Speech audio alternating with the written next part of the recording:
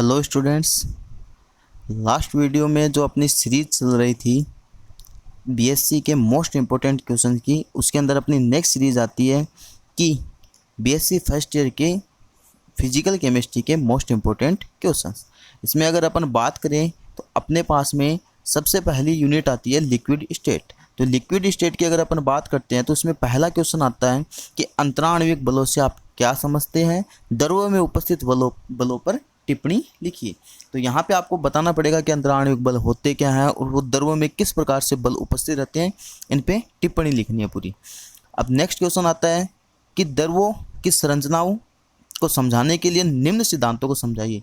इसमें सबसे पहला आता है आयरिंग का सिद्धांत और एक आता है बर्नेल व स्टोक का सिद्धांत। इम्पोर्टेंट क्वेश्चन है तो इसको थोड़ा सा 5 स्टार लगा लीजिएगा, है ना, तो ज़्यादा काम आएगा, तो ध्यान रखिएगा इस क्वेश्चन को। फिर अगर अपन बात करें अगले क्वेश्चन की तो अपन ये बोलते हैं कि द्रव्य क्रिस्टल किसे कहते हैं, निम्न द्रव्य क्रिस्टलों पर टिप्पणी लिखिए। अब इसमें अपने को बताना पड़ेगा कि सिमेटिक कौन से होते हैं, नेमेटिक कौन से होते हैं, कोलेस्ट्रिक कौन से होते हैं। इन तीनों के ऊपर अपने को टिप्पणी लिखनी है। और टिप्पणी में ये नहीं कि आपने पहली हेडिंग डाली और 4-5 लाइन में इसको निपटा दिया, ये काम नहीं करना है, अच्छे से हर एक चीज़ समझानी पड़ेगी, ठीक है। फिर अगर अपन अगले क्वेश्चन की बात करें तो इसमें अपन बोलते हैं कि द्रव्य क्रिस्टलों की कमियों तथा इनके निम्न उपयोगों पर टिप्पणी लिखिए। इसमें अपने पास में सबसे पहला आता है सातकण सेल और दूसरा आता है थर्मोग्राफी, ठीक है। अब भी देखिए आप कि यहाँ पे अपने पास में 4 क्वेश्चन है। इन 4 क्वेश्चन में भी अपन बोल सकते हैं कि सर ये 2 क्वेश्चन तो एकदम से इंपॉर्टेंट मान के चलिए आप, क्वेश्चन नंबर 2 और क्वेश्चन नंबर 3। यहाँ ये वेरी वेरी इंपॉर्टेंट लगा लीजिएगा 5 स्टार, यहाँ से क्वेश्चन आने की संभावना ज़्यादा है, ठीक है। फिर अगर अपन नेक्स्ट यूनिट की बात करें तो नेक्स्ट यूनिट में अपने पास आती है यूनिट नंबर 2 गैसियस स्टेट। अब इस गैसियस स्टेट की अगर अपन बात करें तो अपने पास में सबसे पहला क्वेश्चन आता है कि वान डर वाल समीकरण से आप क्या समझते हैं, इसे वास्तविक गैसों के लिए व्युत्पन्न करने की कमियां लिखिए। यानी अगर अपन बोलते हैं कि वान डर वाल समीकरण क्या थी और अगर वास्तविक गैसों के लिए अगर अपन ये वान डर वाल समीकरण लगा रहे हैं तो इसमें क्या क्या कमियां रह गई वो बतानी है।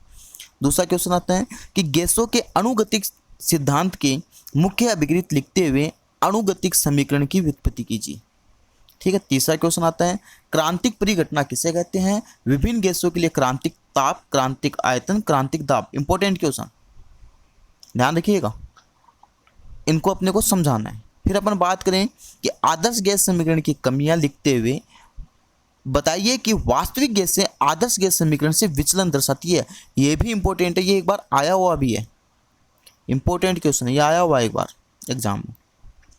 फिर अपन बोलते हैं कि निम्न पर टिप्पणी लिखिए, जिसमें अपने पास सबसे पहला आता है गैसों का वर्ग माध्यम मूल वेग, औसत वेग, प्रायिकता वेग। अब जरूरी नहीं है थ्योरी वाले क्वेश्चन है इस यूनिट से, पहले ही बता रहा हूँ गैसीय स्टेट से जरूरी नहीं है थ्योरी वाले क्वेश्चन है। यहाँ से आपके पास में न्यूमेरिकल भी आ सकता है।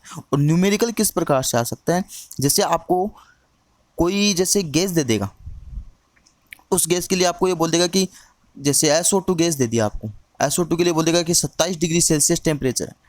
इस टेम्परेचर पे आपको ये बताना पड़ेगा उसका क्रांतिक दाब क्या रहेगा, क्रांतिक ताप क्या रहेगा, क्रांतिक आयतन क्या रहेगा। एक क्वेश्चन का टाइप तो ये हो सकता है। दूसरा टाइप क्या बोल सकते हो आप, यहाँ पे दूसरा टाइप आप बोल सकते हो कि अपने को कोई गैस देगा और जैसे अपने बोल देगा वान डर वाल जो स्थिरांक है उसमें A और B का मान दे देगा, ठीक है। अब इस A और B का मान देने के बाद आपको ये बोलेगा कि यहाँ पे आपको बताना पड़ेगा कि इसका वर्ग माध्यम मूल वेग निकालिए, औसत वेग निकालिए, प्रायिकता वेग निकालिए। तो ध्यान रखिएगा आपको यहाँ पे न्यूमेरिकल का भी थोड़ा सा ध्यान रखना है, क्योंकि अच्छा कॉन्सेप्ट का क्वेश्चन बनता है तो वहाँ से न्यूमेरिकल उठा लेगा तो आ सकता है। बाकी इंपॉर्टेंट क्वेश्चन की अगर अपन बात करें तो यहाँ पे एक तो अपने पास में ये हो गया क्रांतिक आयतन वाला, एक अपने पास में ये हो गया, और एक ज़्यादा अगर अपन बात करें तो इस क्वेश्चन नंबर फर्स्ट हो गया। यहाँ पे ये 3 क्वेश्चन इंपॉर्टेंट क्वेश्चन है, ठीक है। अब अपन चलते हैं अगली यूनिट की ओर। अगली यूनिट की अगर अपन जब बात करते हैं तो इस यूनिट के अंदर अपन बोलते हैं सॉलिड स्टेट। और सॉलिड स्टेट के अंदर अपने पास में सबसे पहला क्वेश्चन आता है क्रिस्टलों की संरचना ज्ञात करने की किन्हीं 2 विधियों का वर्णन। अब किन्हीं 2 विधियों के वर्णन में ये मत सोचना कि आप ये 2 याद करके चले जाओ, फर्स्ट सेकंड या फर्स्ट या फोर्थ या फर्स्ट थर्ड, चारों विधि आप देख लेना ब्रेक देख लेना, चूर्णी या अपन बोल सकते हैं पाउडर विधि, लाव विधि और घूर्णी क्रिस्टल विधि। अगली बात करें अपन, निम्न पर टिप्पणी लिखिए। घातांक परिमेय का सिद्धांत, अंतराफलक कोणों की स्थिरता का नियम, सममित तत्वों की स्थिरता का नियम। नेक्स्ट क्वेश्चन की बात करते हैं तो इसके लिए अपन बोलते हैं घनीय क्रिस्टलीय समुदाय किसे कहा जाता है। इसमें पाए जाने वाले निम्न सममिति तत्वों को चित्र की सहायता से समझाइए, जिसमें अपना सबसे पहला आता है सममित तल, सममित केंद्र, सममित अक्ष। अब जो नेक्स्ट क्वेश्चन है ये थोड़ा सा इंपॉर्टेंट क्वेश्चन है। यहाँ पे अपने को क्या पता चलता है कि आपको ये बताना है कि क्रिस्टल प्रतीक प्रणाली किसे कहते हैं। वाइस तथा मिलर सूचकांक को समझाते हुए निम्न के लिए या निम्न वाइस घातांकों को मिलर सूचकांक घातांक में परिवर्तित कीजिए, या आपको बोल सकते हैं मिलर सूचकांकों को वाइस में परिवर्तित कीजिए, वाइस को मिलर में कीजिए। तो आपको ये दे क्या रखा है, सबसे पहले आपको दे रखा वाइस घातांक कौन कौन से, 6A, 3B, 3C। ये मतलब कि आपके पास में 6 एग्जाम्पल है। अब जरूरी नहीं होता है कि ये 6 मैंने लिख दिए तो इम्पोर्टेंट हो गए एकदम से कि नहीं, इन्हीं से आएगा। आपको कोई भी क्वेश्चन दे सकता है, तो बस आपको आना चाहिए कि किस प्रकार परिवर्तित करते हैं। ठीक है, नेक्स्ट यूनिट की बात करते हैं कोलाइडल स्टेट। और कोलाइडल स्टेट में अपने पास में सबसे पहला क्वेश्चन आता है निम्न गुणों पर टिप्पणी लिखिए। और इसमें आता है अपने पास में पहला ब्राउनी गति, टिंडल प्रभाव, वैद्युत कण संचलन। फिर आता है कोलाइड डी विलियनों के लिए निम्न को समझाइए। हार्डी सुलझेगा नियम, सवर्णाक्या, रक्सिकोलॉइड, स्कंदन, अपोहन तथा सूक्ष्म कण निस्यंदन। फिर आता है कोलोइडी विलयन बनाने की निम्न 2 विधियों का वर्णन, यांत्रिक विधि, पेप्टीकरण, ब्रेडिंग आर्क विधि। ये भी अगले 2 क्वेश्चन है, ये भी इंपॉर्टेंट है। पायस से आप क्या समझते हैं, इसके प्रकारों को समझाइए। जेल क्या है, इसके निर्माण की विधि तथा गुणों पर टिप्पणी लिखिए। तो ये भी इंपॉर्टेंट क्वेश्चन है। तो ध्यान रखिएगा कि इंपॉर्टेंट क्वेश्चन थोड़े ज़्यादा गौर फरमाइएगा उनके ऊपर, उनको ढंग से याद कीजिएगा।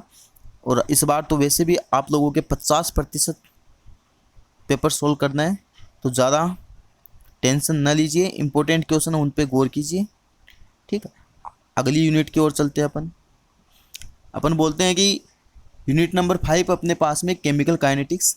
और केमिकल काइनेटिक्स में अपने पास में सबसे पहला क्वेश्चन आता है अभिक्रिया वेग किसे कहते हैं। वेग को प्रभावित करने वाले निम्न कारकों पर टिप्पणी लिखिए। सक्रिय ऊर्जा, ताप दाब और सांद्रता। फिर अपना क्वेश्चन आता है सिद्ध कीजिए कि प्रथम कोटि अभिक्रिया का अर्धआयुकाल प्रारंभिक सांद्रता से तो अप्रभावित होता है, जबकि शून्य कोटि अभिक्रिया का अर्धआयुकाल सांद्रता के समानुपाती होता है। तो यहाँ पे आपको इसके अर्धआयुकाल के समीकरण की व्युत्पत्ति करनी है, दोनों की, फर्स्ट ऑर्डर की भी और जीरो ऑर्डर की भी। तो इन दोनों का ध्यान रखिएगा।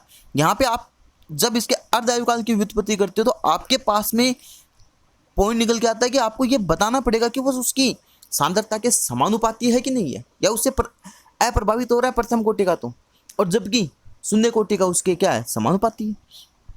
ठीक है, अगली बात करें अपन तो इसमें आ रहा है कि निम्न को समझाइए, जिसमें आता है छद्म कोटि अभिक्रिया, एनवी कोटि अभिक्रिया।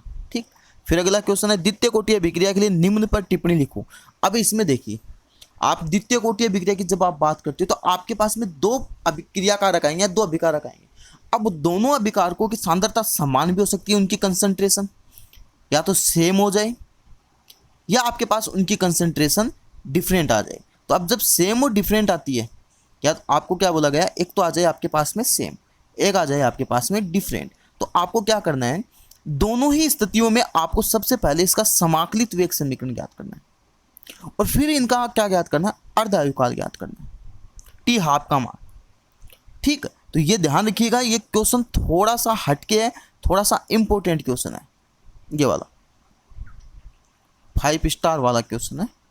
ठीक है, अगले क्वेश्चन की बात करें कि सिद्ध कीजिए कि सभी रेडियो एक्टिव विघटन प्रथम कोटि अभिक्रिया के होते हैं। तो यहाँ पे आपको बताना पड़ेगा कि जो रेडियो एक्टिव विघटन होते हैं ये केवल और केवल फर्स्ट ऑर्डर रिएक्शन के होते हैं। आपने पढ़ा होगा कि फर्स्ट ऑर्डर रिएक्शन में आप रेडियो एक्टिव विघटन होंगे जो भी, वो फर्स्ट ऑर्डर रिएक्शन ही दर्शाएंगे। तो उसको थोड़ा सा ध्यान रखिए, उसको आपको बताना पड़ेगा कि किस प्रकार से ये फर्स्ट ऑर्डर रिएक्शन के होते हैं, सिद्ध करना आपको। तो ये थोड़ा अपने पास में फिजिकल केमिस्ट्री के 5 यूनिट के क्वेश्चन से एक बार इसको दोबारा ध्यान से देख लीजिए। अब अपन नेक्स्ट वीडियो में अपन बात करेंगे बीएससी फर्स्ट ईयर के ऑर्गेनिक केमिस्ट्री के मोस्ट इंपॉर्टेंट क्वेश्चन।